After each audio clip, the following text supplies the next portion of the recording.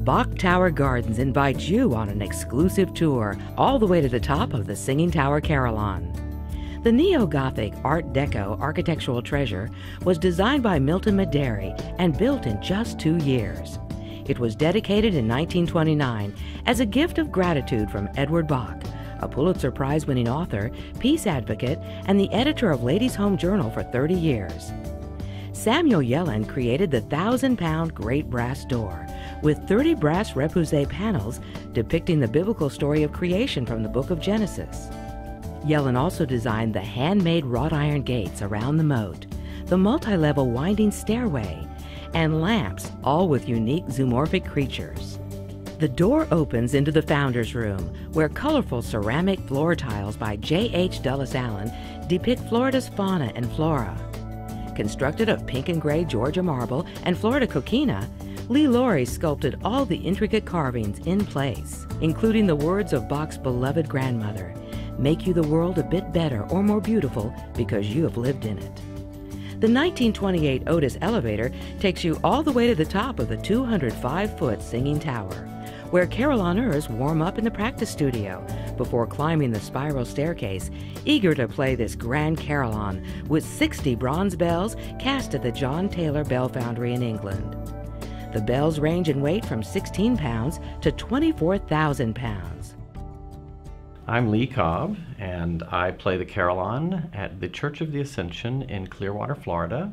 We have a 49-bell carillon there, which is compared to this is a 60-bell instrument.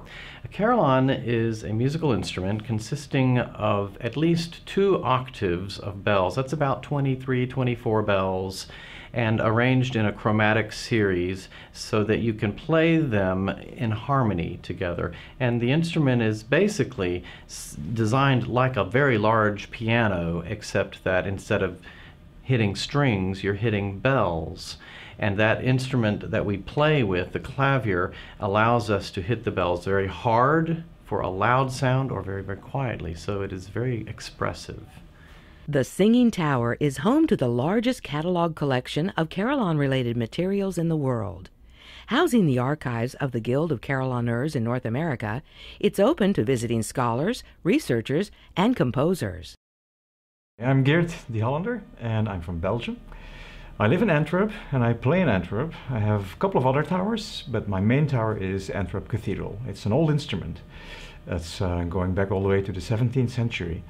And it's made by Haemony, and Haemony is for the bells, whose Stradivarius is for the violin, so it's a really precious instrument.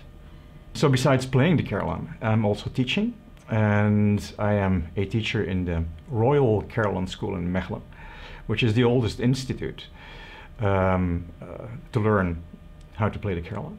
And besides that, I'm doing a lot of masterclasses, and especially here in the US, I'm frequently doing masterclasses in Yale and at Cornell. And Cornell in New York is about chimes playing, but still I'm trying to get those kids to learn how to listen to the sound and make beautiful sound and bells. I also compose for the bells. I really like it, and what you see is that the situation as it is today, if you compare this with 40 years ago, we have more composers, more arrangements, more carillon. So I think the future is bright. There are more than 600 carillons worldwide, with 180 in North America and 4 in Florida. Every carillon is different. It's like riding a bike one day, and then the other day you're driving a 20-ton truck. So it's always a challenge to play on very different instruments, and it's hard to compare all of them because they're different in numbers of bells, in weight, in material. You know, the clappers, the keyboard is different, all different standards. But it's one big adventure. It's really nice. Well, just like any musical instrument, there are different styles of ways of playing the instrument, techniques. And my style is probably, an amalgam of many different styles. One thing I like to do is the tremolando, which is when you take 2 bells and you rapidly play them back and forth so that you create almost a continuous sound. bringing out the expressive qualities of the bells. I tend to do a lot of that.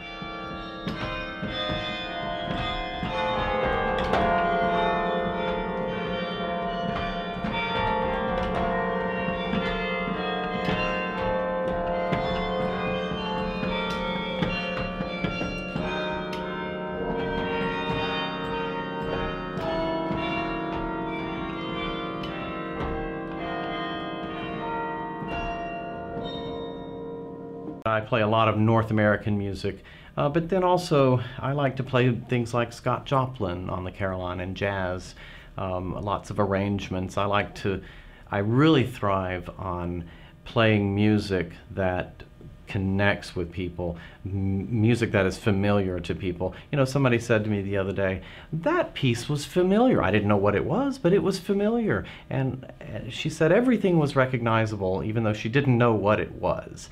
And you connect to people that way when you play the carillon, when you play familiar music, for instance.